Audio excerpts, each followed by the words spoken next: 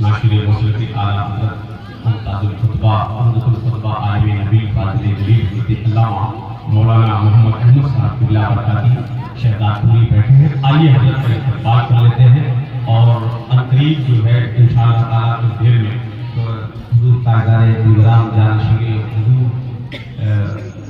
جانشین حضور فاتح بلگرام محبوب ملت تشریف لانے والے ہیں. اس لیے میں آئیے تقریب کے لیے حضرت سے گزارش کر رہا ہوں ادب کے ساتھ پورا عمل استقبال کر لے. نعرہ تکبیر، نعرہ رسالت، محسن کائنات کانفرنس، علماء اہل سنت، مسلک اعلیٰ حضرت، نعرہ تکبیر، نعرہ رسالت، مولانا محمد احمد صاحب قبلہ برکاتی، نعرہ تکبیر، نعرہ رسالت. محبتوں کے ہنسی گلشتہ میں رہتے ہیں، محبتوں کے ہنسی گلشتہ میں رہتے ہیں. مجھے یقین ہے دارالاماں میں رہتے ہیں. ہمارا بال بھی بیکا نہ کر سکے گا کوئی، کیونکہ ہم اپنے خواجہ کے ہندوستان میں رہتے ہیں.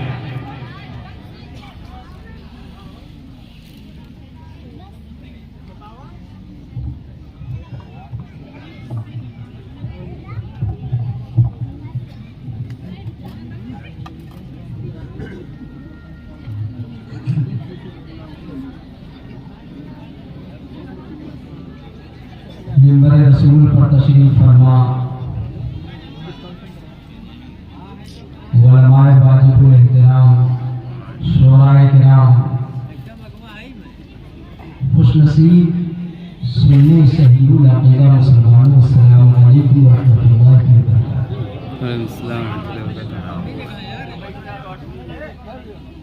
الحمدللہ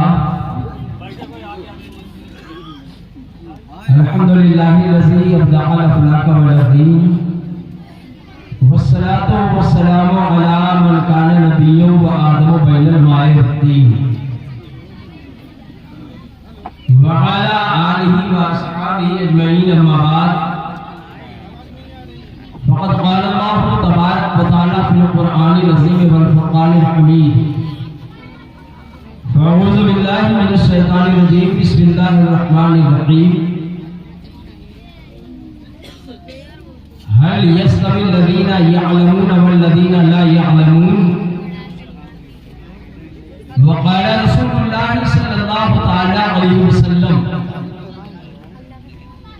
طلب العلم فريضة على كل مسلم ومسلمة، أو كما قال رسول الله صلى الله تعالى عليه وسلم صدق الله مولانا العظيم وصدق رسوله النبي الأمين المكين الكريم، ونحن على ذلك لمن الشاهدين والشاكرين والحمد لله رب العالمين.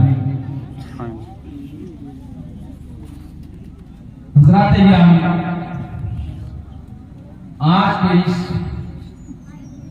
محسن کائنات کانفرنس میں جہاں ہم اور آپ شرکت کی سعادت حاصل کر رہے ہیں، مجھے تھوڑی دیر کچھ آپ سے گفتگو کرنے کا حکم ملا.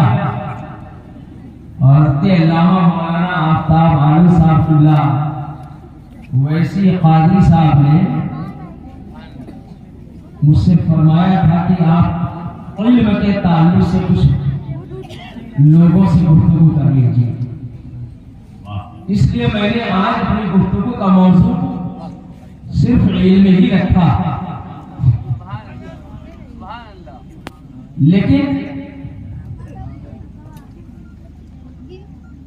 اس علم کے تعلق سے گفتگو کرنے سے پہلے آئیے ہم اور آپ سب مل کر اس مقدس بارگاہ میں خراج عقیدت پیش کر لیں جس بارگاہ سے آج تک کائنات عالم کو علم تقسیم کیا گیا ہے اور صبح قیامت تک بڑھتا ہے.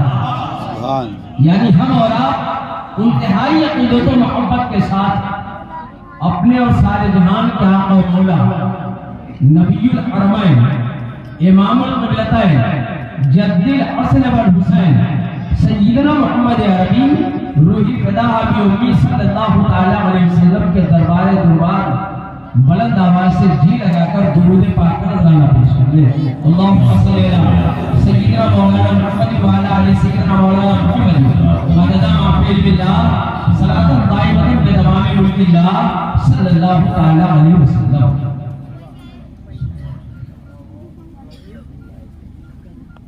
حصول برکت کے لیے اعلیٰ حضرت عظیم البرکت مجدد دین و ملت سیدنا سرکار امام احمد رضا خان علیہ رحمت و رحمان کے 2-3 شعر ملاحظہ فرمائے. یہ حصول برکت کے لیے میں شاعر نہیں ہوں، لیکن میں جانتا ہوں کہ نعت رسول پاک باعث ازدیاد ایمان ہے.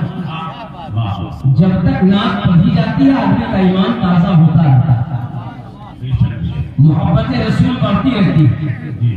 اور اعلیٰ حضرت کا کلام تو ایسا کلام ہوتا ہے کہ اگر کسی کی سمجھ میں آئے تو بھی بابا کہتا ہے، نہ سمجھ میں آئے تو بھی بابا.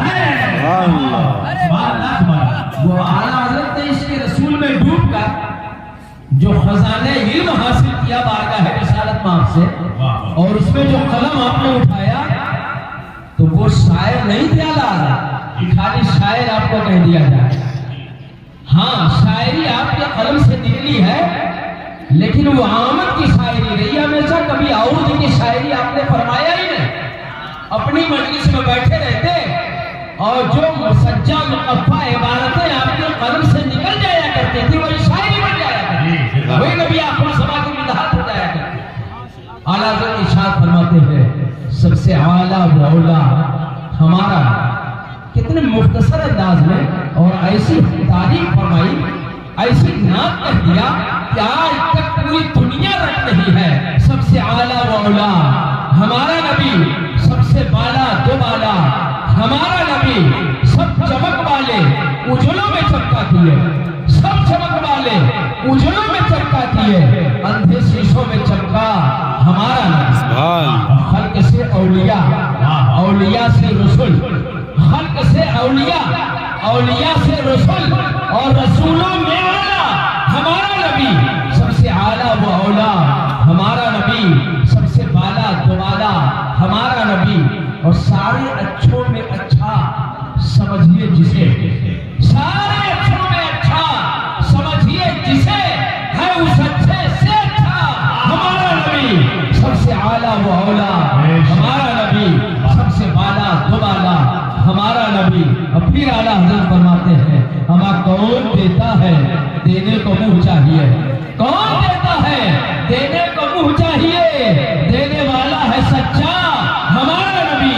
سب سے اعلیٰ و اولیٰ ہمارا نبی، سب سے بالا دو بالا ہمارا نبی. اور غم زدوں کو رضا مژدہ دیجیے کی ہے، غم زدوں کو رضا مژدہ دیجیے کی ہے، بے کسوں کا سہارا ہمارا نبی. سب سے اعلیٰ و اولیٰ ہمارا نبی، سب سے بالا دو بالا ہمارا. عزیزان ملت، اس کے لیے میں نے تو اس کی برکت کے لیے اپنے سرکار اعلیٰ حضرت کا نام لیا. اور ابھی آپ جب آخری پیغام یہاں سے اس محسن کائنات کانفرنس سے جو پیغام آپ لے کر کے اٹھیں گے، الحمدللہ ہم اور آپ بڑے خوش نصیب ہیں. مہروہ کو آج سے تو میں مہروہ شریف ہی کہوں گا. اس سرزمین کو نسبت ہو گئی ہے سرکار مخدوم ملت دعوت بقائے قدسیہ سے، لیکن قدم پڑ گئے تو بہرحال یہ مشرف سرزمین ہے.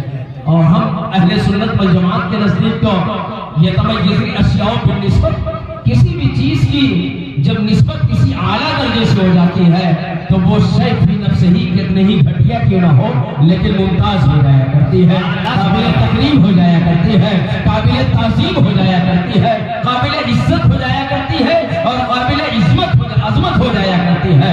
اور اس کی تعظیم کا حکم ایسا نہیں کہ ہم اور آپ نے اپنے آپ میں صرف گڑھ لیا، بلکہ اللہ عز و جل نے خود قرآن عظیم میں اعلان و ارشاد فرمایا وَمَن يُعَظِّمْ شَعَائِرَ اللَّهِ فَإِنَّهَا مِن تَقْوَى الْقُلُوبِ. دنیا میں جو لوگ اللہ کے شعار کی تعظیم کرتے ہیں یہی دلوں کا تقویٰ ہوتا ہے، یہی دلوں کی طہارت ہوتی ہے، یہی دلوں کی پاکیزگی ہوتی ہے. اور شعار کیا چیز ہے؟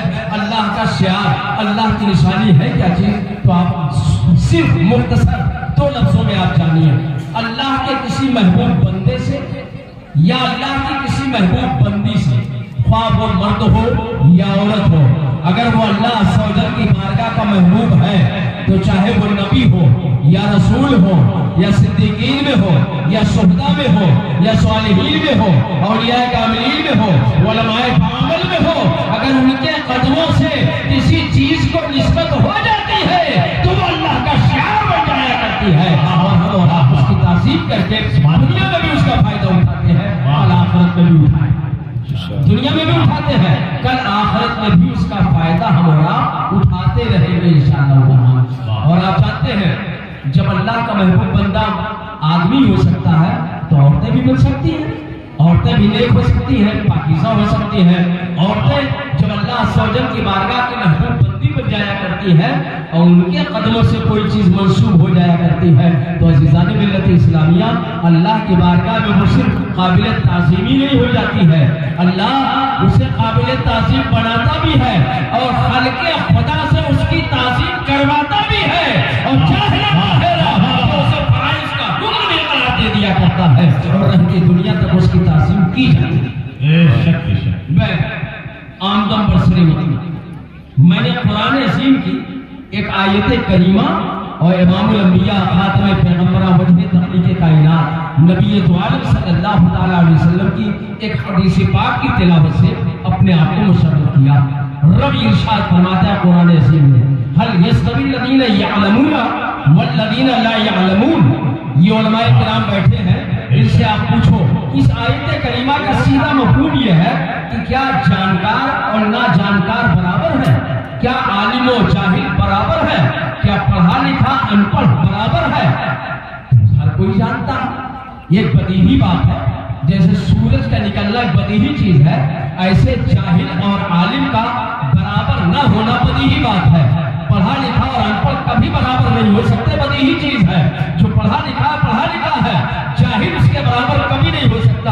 اللہ عز و جل نے بطور استفہام انکار قرآن میں فرمایا، هل يستوي الذين يعلمون والذين لا يعلمون، کیا عالم و جاہل برابر ہے؟ یعنی ہرگز ایسا نہیں ہو سکتا، عالم و جاہل برابر نہیں ہو سکتے، پڑھے لکھے ان پڑھ برابر نہیں ہو سکتے، جانکار ناجانکار برابر نہیں ہو سکتے۔ جانکار اور ناجانکار کا معاملہ تو یہاں تک ہے کہ اسی قرآن عظیم میں اللہ عز و جل نے خود فرمایا، فَاسْأَلُوا أَهْلَ الذِّكْرِ إِن كُنتُمْ لَا تَعْلَمُونَ۔ ارے اگر تم کوئی چیز جانتے نہیں ہو تو جانکار سے پوچھ لیا کرو، جب تمہیں علم نہیں ہے تو اہل علم سے پوچھ لیا کرو، جس کا تمہیں علم نہیں ہے وہ جاننے والے سے معلوم کر لیا کرو۔ اس سے پتہ چلتا ہے کہ دنیا میں علم کی عظمت و فضیلت پہلے بھی تھی، آج بھی ہے، قیامت تک ہے۔ اور کوئی جس کی فی زمانہ سب سے زیادہ ضرورت، سب سے زیادہ، وہ صرف اور صرف علم دین۔ میں بڑی ذمہ داری کے ساتھ کہتا ہوں، میں دنیا میں کسی علم کا مخالف نہیں ہوں۔ آپ ڈاکٹر بنو، آپ انجینئر بنو، آپ ایم اے کی تعلیم حاصل کرنے کے بعد بی اے کرو، بی ایڈ کرو، آپ ایم بی اے کرو، آپ بی ٹیک کرو، ایم ٹیک کرو، آپ وکیل وکالت کی اعلیٰ ڈگریاں حاصل کرو، آپ چیف جسٹس بن جاؤ، لیکن اگر ان اعلیٰ گریجویشن میں اعلیٰ درجے کی ڈگریاں حاصل کرنے کے بعد، اعلیٰ درجے کا دنیاوی علم حاصل کرنے کے بعد اگر آپ کے پاس دین کا علم نہیں ہوگا، اگر آپ نے قرآن کو نہ سیکھا ہوگا، اگر آپ نے حدیث کا مطالعہ نہ کیا ہوگا، اگر آپ نے اللہ و رسول کا دیا ہوا دین نہ سیکھا ہوگا اور آپ کے دل میں اللہ و رسول کا خوف نہ بسا ہوگا تو دنیا کی کوئی بھی بڑی سے بڑی ڈگری آپ حاصل کر لیں، ضرور کہیں نہ کہیں آپ سے کوتاہی ہوتی رہے۔ اگر ایک عالم دین کو سول انجینئر بنا دیا جائے، ایک عالم دین کو ڈاکٹر بنا دیا جائے، ایک عالم دین کو جج بنا دیا جائے، ایک عالم دین کو بیرسٹر بنا دیا جائے تو یقین جانو کہ ایک عالم دین اگر انجینئر بن جائے گا تو وہ عمارت کی تعمیر میں بھی دیانتداری ہے، اور اگر کہیں سے چوری کا خوف ہوگا تو بلا شبہ وہ چوری سے ہاتھ کھینچ لے گا، عمارت مکمل ہو یا نہ ہو۔ یہ اس کا دین ہوگا جو اسے چوری سے بچاتا رہے گا، لیکن اگر علم دین نہ ہوگا تو دنیا کا کوئی بھی علم حاصل کر لے، کہیں نہ کہیں اس سے خیانتیں ضرور ہوتی رہتی ہے، کہیں نہ کہیں کوتاہیاں ضرور ہوتی رہتی ہے، کہیں نہ کہیں چوک ہوتی رہتی ہے۔ اس لیے انسان کے لیے ضروری ہے کہ دنیا کا کوئی بھی علم حاصل کرے، لیکن اس کے لیے سب سے پہلے ضروری یہ ہے کہ وہ اپنے دین کا علم حاصل کریں, اپنے مذہب کا علم حاصل کریں, قرآن کا علم حاصل کریں, امام الانبیاء کے فرامین کا علم حاصل کریں. ہمارا دنیا میں آقا کریم نبی آخر الزمان سید عالم صلی اللہ تعالیٰ علیہ وسلم کی اس امت میں آقا کریم صلی اللہ علیہ وسلم کے بعد سیدنا ابو بکر صدیق رضی اللہ تعالیٰ عنہ کی ذات بابرکات جو متفق علیہ طور پر انبیاء مرسلین کے بعد روئے زمین پر ان سے زیادہ افضل و اعلیٰ نہ کوئی تھا نہ ہے, اپنا قیامت تک ہوگا. حضرت ابو بکر صدیق انہوں نے دنیا کی کس یونیورسٹی میں جا کر کے دنیا کا کون سا دنیاوی علم حاصل کیا؟ آپ بتا بھی نہیں سکتے. جو بھی علم سیدنا سرکار ابو بکر صدیق کو حاصل تھا وہ بارگاہ رسالت سے, بارگاہ نبوت سے, امام الانبیاء کے مقدس بارگاہ کی تربیت سے جو علم حاصل ہوا تھا سیدنا صدیق اکبر کو. لیکن آج سیدنا ابو بکر صدیق رضی اللہ تعالیٰ عنہ کی تعلیمات, آپ کے ارشادات, آپ کے فرمودات, آپ کے ارشادات کے ساتھ ساتھ آپ کی سیرت و سنت کا دنیا کا ہر علم کا طلبگار اور ہر علم کا متلاشی مختلف ہوتا ہے. اگر وہ اس راستے میں چلتا ہے تو اس کا علم دنیا میں بھی اسے نفع دے گا, کل میدان محشر میں بھی نفع پہنچا دے گا. اور اگر اس کے قدموں سے ہٹ کر کے دنیا کا علم حاصل کرتا ہے اور صرف دنیا کی زندگی گزارتا ہے تو عزیزان ملت اسلامیہ یہ علم اسے دنیا میں تو فائدہ پہنچا سکتا ہے لیکن آخرت میں اللہ عز و جل کی بارگاہ میں گرفت سے نہیں بچا سکتا. یہی وجہ رہی ہے کہ آپ سوچو کہ امت رسول میں جو ہم میں بڑے سے بڑا تھا, جو بڑے سے بڑا تھا, جس کو ہم اپنے میں سب سے بڑا سمجھا کرتے تھے, ان کا یہ حال تھا کہ وہ دنیا کے اور علم کے لیے تو نہیں لیکن دین کے علم کے لیے سفر کیا کرتے تھے, دین کا علم حاصل کرنے. جیسے مثال کے طور پر میرا خیال ہے جتنے لوگ یہاں بیٹھے ہیں سب ایک امام کے ماننے والے ہیں, سب حنفی ہوں گے, غالب سب سیدنا سرکار امام اعظم ابو حنیفہ رضی اللہ تعالیٰ عنہ کے ہی ماننے والے ہوں گے. یہ امام اعظم ابو حنیفہ رضی اللہ تعالیٰ عنہ ہم لوگ بڑے فخر سے سر اونچا کر کے کہتے ہیں وہ حنفی ہے. اور ائمہ مجتہدین میں جو مقام سراج امہ, کاشف امہ حضرت سیدنا سرکار امام اعظم ابو حنیفہ نعمان بن ثابت رضی اللہ تعالیٰ عنہ کا تھا ہے, وہ آج تک کسی کو نہیں میسر ہے. وہی امام اعظم ابو حنیفہ رضی اللہ تعالیٰ عنہ کی ذات بابرکات. آپ نے زندگی کا دو مقام ایسا آیا کہ آپ نے صرف علم دین کے لیے سفر کیا اور ملاقات ہوئی تو کس سے؟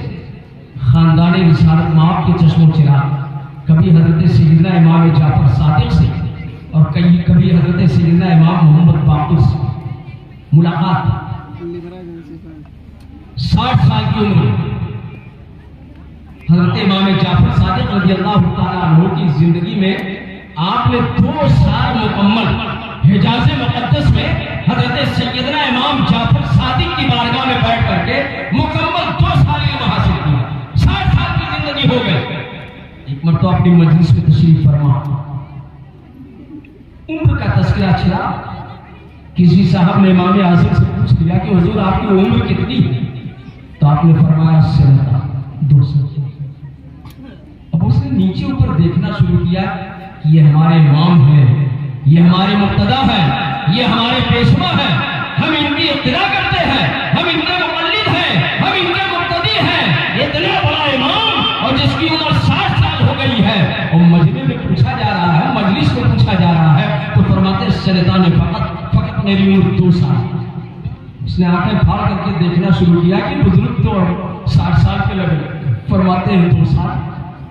آپ نے اس کی نگاہ کو بھاپا اور بھاپنے کے بعد ارشاد فرمایا عزیز من, یوں تو میری عمر 60 سال ہے میرے پیارے, یوں تو میری عمر 60 سال ہے لیکن میں اپنی 60 سالہ زندگی میں 58 سال کو اپنی زندگی نہیں مانتا. میری زندگی صرف وہ 2 سال کی ہے جو میں نے اپنی زندگی میں سیدنا امام جعفر صادق کی بارگاہ میں رسول علم کے لیے گزار دیا.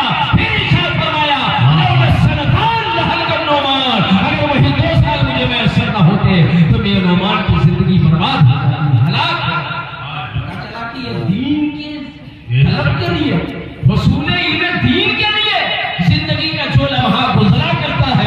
وہی حقیقت میں صحیح معنوں میں زندگی ہوا کرتی ہے، وہی حقیقت میں زندگی ہوا کرتا ہے، اور اسی زندگی کے ہر لمحے کو اللہ کی بارگاہ میں مقام قبولیت میں ایسا لایا کرتا ہے۔ آپ حضرات تو علماء کرام سے سنا ہوگا، طالب علم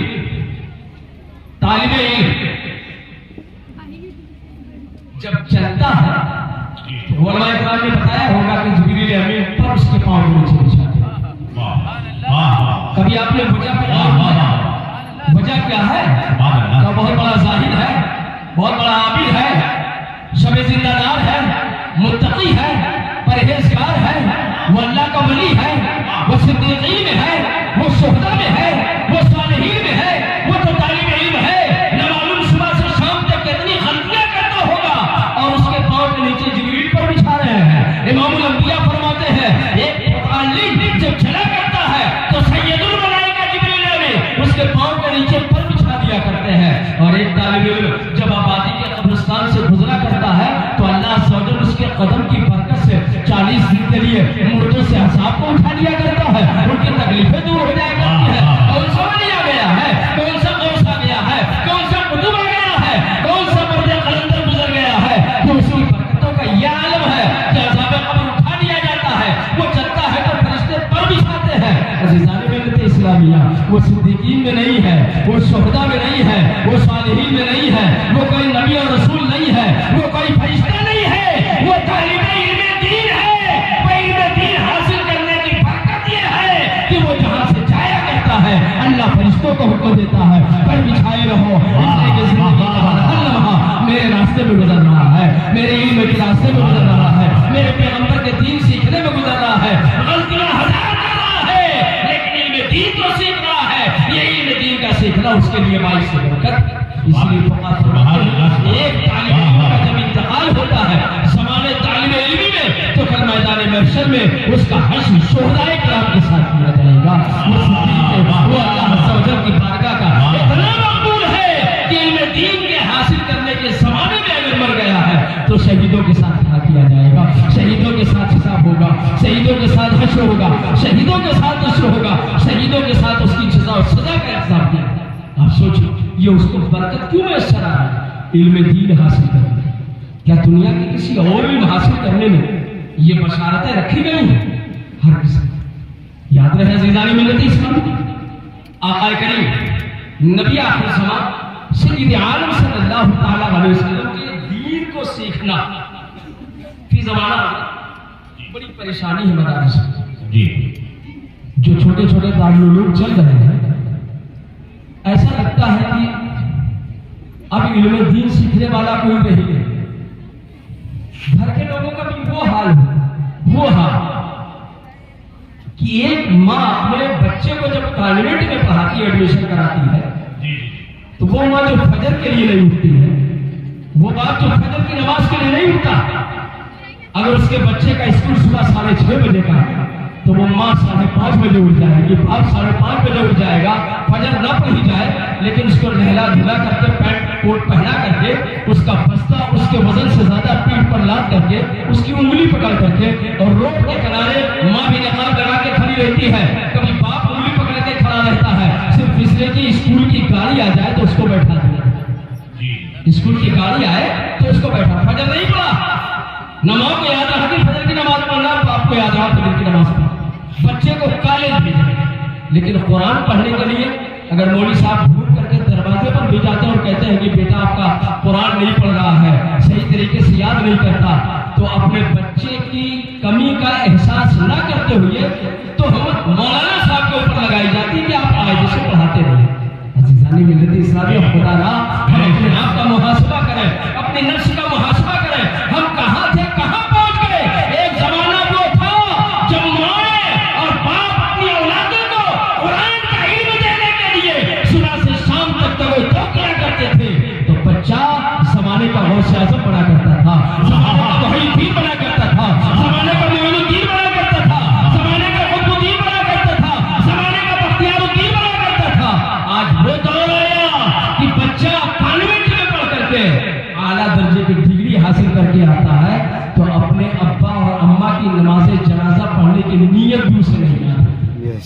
جی امام صاحب بتاتے ہیں کہ نیت یوں کر لیجیے. بے شک وہ بیٹا مجھے یاد ہے واقعہ کہ کنویں میں 3 عورتیں پانی بھر 3 عورتیں پانی بھر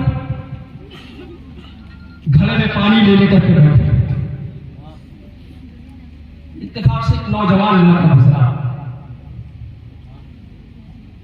اٹکھیلیاں کرتا ہوا جا. نوجوان ایک عورت نے اشارہ کیا, دونوں عورتوں سے بتایا کہ وہ دیکھو میرا لڑکا انگلش میڈیم اسکول میں پڑھتا. دونوں عورتوں نے بڑے فخر سے سر اونچا کیا. واہ بھائی آپ کا بیٹا انگلش میڈیم اسکول میں پڑھتا ہے, اونچی تعلیم حاصل. لڑکا چلا. تھوڑی دیر بعد دوسرا لڑکا آیا گزرا. دوسری عورت نے کہا دیکھو میرا یہ لڑکا فلاں کالج میں پڑھتا ہے, اچھی ڈگری حاصل کر رہا ہے. دوسری تیسری عورتوں نے سنا, سر کو جھکا دیا. چند لمحہ بھی نہیں گزرا کہ ایک چھوٹا بچہ دوسرا آیا اور اس نے دیکھا کہ میری ماں کھڑے میں پانی لی ہوئی بیٹھی ہے. وہ قریب آیا, ماں سے سلام کیا, گھڑا اٹھایا اپنے سر پہ رکھا, ماں کا ہاتھ پکڑا, کہا امی پانی بھرنا میرا کام ہے, خدمت مجھے آپ کی کرنا ہے, آپ پانی بھرنے کے لیے بیٹھی ہیں, آپ گھر چلیے. وہ عورت کھڑی ہوئی اور دونوں عورتوں کو مخاطب کر کے کیا, کہا کہ مبارک ہو تمہیں, تمہارے بیٹے کالج میں پڑھتے ہیں, انہیں سلام کی بھی تمیز نہیں ہے. میرا بیٹا مدرسے میں پڑھتا ہے, جو گھڑا بھی میرا اٹھاتا ہے, سلام بھی مجھ سے کہتا ہے, میری خدمت کرنے کا سبق سکھاتا ہے. عزیزان ملت اسلامیہ, یہ دین ہے, دین یہ مذہب ہے, یہ قرآن ہے جو اس بات کی تعلیم دیتا ہے کہ بچہ جب شعور کو پہنچ جائے تو ماں باپ کی خدمتیں کیا کرے, ان کا احترام کیا کرے, ان سے سلام کیا کرے. سبحان اللہ سبحان اللہ سبحان اللہ. بلا وجہ اللہ کے رسول نے نہیں فرمایا ہے. آقا کریم نبی اعظم صلی اللہ تعالی علیہ وسلم نے فرمایا طالب العلم فریضۃ علی کل مسلم و مسلمہ. علم دین کا حاصل کرنا ہر مسلمان مرد و عورت پر فرض. فرض کتنا فرض ہے؟ جتنی آپ کی ضرورت ہے. میں نہیں کہتے کہ آپ کا مفتی بن جانا فرض, آپ کا مفتی صاحب بن جانا فرض ہے. یہ ہم نہیں کہتے کہ آپ کا حافظ صاحب بن جانا فرض ہے, لیکن کم از کم 3 آیت تو یاد کرنا فرض ہے تاکہ آپ کی نماز ہو جائے. اور 3 آیت بھی اگر نہیں یاد ہے چھوٹی, اور ایک بڑی آیت بھی نہیں یاد ہے, سورہ فاتحہ بھی نہیں یاد ہے, تو کوئی آدمی نماز پڑھ کر کے دکھلا دے کہ ہماری نماز ہو گئی.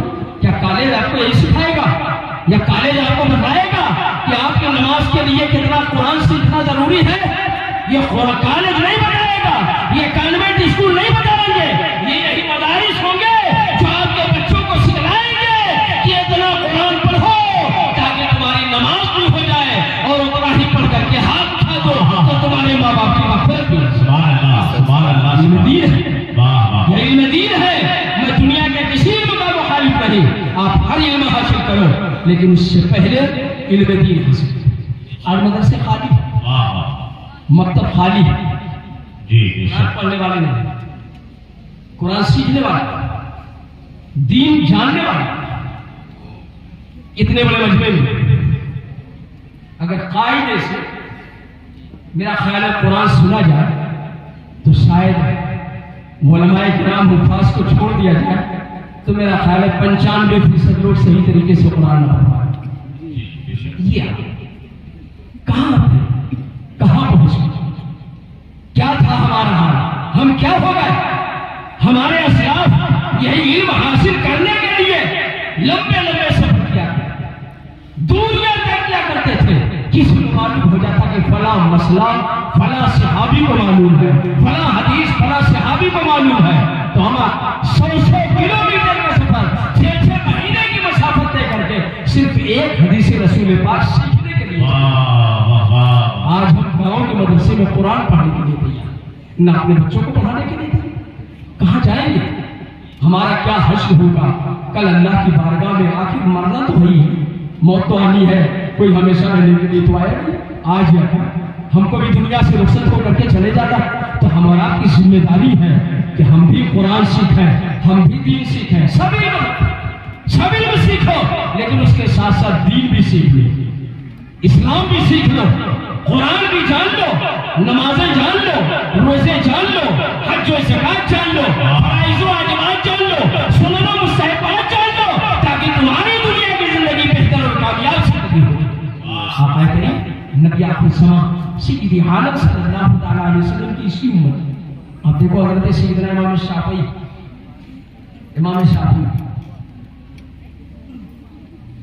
علم دین کے امام ہیں، مجتہد ہیں. بہت سے شافعی لوگ عالمی، لیکن جتنے تعداد اس وقت روئی زمین پر حنفیوں کی ہے ان کے مقابلے میں شافعی حضرات کی تعداد کم ہے. وہ بھی حق پر، ہمیں نہیں کہتے کہ وہ غلط، وہ حق پر ہے. لیکن امام شافعی رحمۃ اللہ تعالیٰ ہے. اب دیکھو سیدنا سرکار امام اعظم ابو حنیفہ رضی اللہ تعالیٰ عنہ سے بہت سارے مسائل میں ان کے اختلاف، لیکن ان میں دین کی جب باری آتی تو امام شافعی فرماتے کبھی کبھی کسی مسئلے میں مجھے بڑی الجھن ہوتی، وہ حل نہ ہوتا تو فرماتے میں سیدنا سرکار امام اعظم کی بارگاہ میں ان کی قبر انور کے پاس چلا گیا. آپ سوچو ذرا وقت کا مجتہد امام زمانہ زمین میں دفن ہو چکا ہے اور ایک امام شافعی فرماتے ہیں کہ مسئلے دشوار ہو جاتے، الجھنیں بڑھ جاتی، عقدہ کشائی نہ ہو پاتی، تو عرض کرتے ہیں ارشاد فرماتے ہیں کہ میں اپنے مسائل کے حل کے لیے سیدنا سرکار امام اعظم کے آستانے پر چلا جاتا. اور پھر فرماتے ہیں جاتا 2 رکعت نماز پڑھتا اور نماز پڑھ کر کے دعا کرتا، سر جھکاتا، دعا کرتا، مراقبے میں رہتا. فرماتے چند لمحہ بھی نہ گزرتا کہ جس مسئلے میں میں پورا دن الجھا رہتا امام اعظم کے قبر مبارک کی برکت سے، ان کی بارگاہ عظمت کی برکت سے اللہ تعالیٰ میرے لیے اس مسئلے کو حل کرتا. آپ سوچے تو سر اب امام اعظم ابو حنیفہ رضی اللہ تعالیٰ عنہ کی بارگاہ میں جب امام شافعی جاتے تھے تو جانتے ہو کتنا ادب بڑوں کا کیا کرتے تھے. یہ دین سکھلاتا، یہ دین سکھلاتا ہے، یہ مذہب سکھلاتا ہے کہ چھوٹا بڑے کا ادب و احترام کرے. امام الانبیاء خاتم پیغمبر وجہ تخلیق کائنات نبی عالم صلی اللہ علیہ وسلم کا وہی ارشاد عالیشان من لم یعقل کبیرنا ولا یرحم صغیرنا فلیس منا امام شافعی کے سامنے ہوا کرتا. اللہ کے رسول نے فرمایا ہے جو آدمی چھوٹا ہے بڑے کی تعظیم نہ کرے اور بڑا ہے چھوٹوں کا ادب و احترام نہ کرے وہ مومن کامل نہیں ہوا کرتا، وہ ہمیشہ نہیں ہوا کرتا. امام شافعی اس پر کتنا عمل کرتے تھے دین کی بات پر کہ جب بارگاہ امام اعظم میں حاضر ہوتے تو اپنے مسلک سے ہٹ کے نماز پڑھتے. اب رفع یدین نہیں کرتے تھے بلکہ امام اعظم کا جو مسئلہ ہوتا بغیر رفع یدین کی نماز ادا کرنا. اور جب نماز ادا فرما کر کے واپس لوٹتے تو آپ کے بارگاہ میں جو شاگرد ہوتے وہ پوچھتے کہ حضور آپ کا تو مسلک یہ ہے کہ نماز میں رفع یدین کیا جائے اور آپ امام اعظم کی بارگاہ میں جاتے ہیں تو آپ رفع یدین نہیں کرتے ہیں. مسلک امام اعظم پر نماز پڑھتے ہیں، فقہ حنفی کے مطابق نماز پڑھتے ہیں. امام شافعی جواب دیتے ہیں اے میرے شاگردوں یاد رکھو بلا شبہ میری تحقیق تو یہ ہے کہ رفع یدین کیا جائے، لیکن امام اعظم مجھ سے بڑے ہیں، رسول اللہ کا حکم میرے لیے دامنگیر ہوتا ہے. میں وہاں جاتا ہوں کہ امام اعظم کے ادب و احترام میں ان کے مسلک کے مطابق نماز پڑھتا ہوں. طریقہ کون سکھلاتا ہے؟ قرآن سکھلاتا ہے، حدیث سکھلاتی ہے، فرمان نبوت سکھلاتا ہے. امام الانبیاء صلی اللہ تعالیٰ علیہ وسلم کے احکام و فرامین ہم کو اور آپ کو یہ سبق اور یہ ادب دیا کرتے ہیں. یہ سبق اور ادب آپ کو کالج سے نہیں ملے گا، یہ مکتب سے ملے گا، یہ مدرسے سے ملے گا، یہ دارالعلوم سے ملے گا، یہ جامعہ سے ملے گا، یہ علماء کی مجلسوں میں بیٹھ کر کے ملے گا. عزیزان ملت اسلامیہ اسی لیے ضروری یہ ہے کہ ہم اور آپ علم دین بھی سیکھیں. اور اللہ عز و جل نے اسی لیے فرما بھی دیا ہے کہ ہر یہ سبھی الذین یعلمون والذین لا یعلمون کیا ہے؟ علم و جاہل برابر ہے کیا؟ پڑھے لکھے ان پڑھ برابر ہے کیا؟ جانکار ناجانکار برابر ہے؟ ہرگز نہیں. دونوں کبھی نہیں برابر ہو سکتے ہیں. جب دونوں برابر نہیں ہو سکتے ہیں تو چاہیے کہ جو نہ جانتا ہو جانکار سے پوچھے، جو جاہل ہے وہ عالم سے سیکھے، جو نہ پڑھا لکھا ہو وہ پڑھے لکھے کی بارگاہ میں زانوی ادب طے کرے تاکہ اسے کچھ میسر آ جائے. اور یاد رہے علم کا حاصل کرنا عمر کے ساتھ مقید نہیں. پیدا ہوا شعور کو پہنچے، پیدا ہوتے ہی آپ کے یہاں بھی رائج ہے، ہمارے یہاں بھی رائج ہے، شریعت کا حکم بھی ہے، قانون بھی ہے. جب گھر میں بیٹی بیٹا پیدا ہوتے ہیں آپ دیکھو دین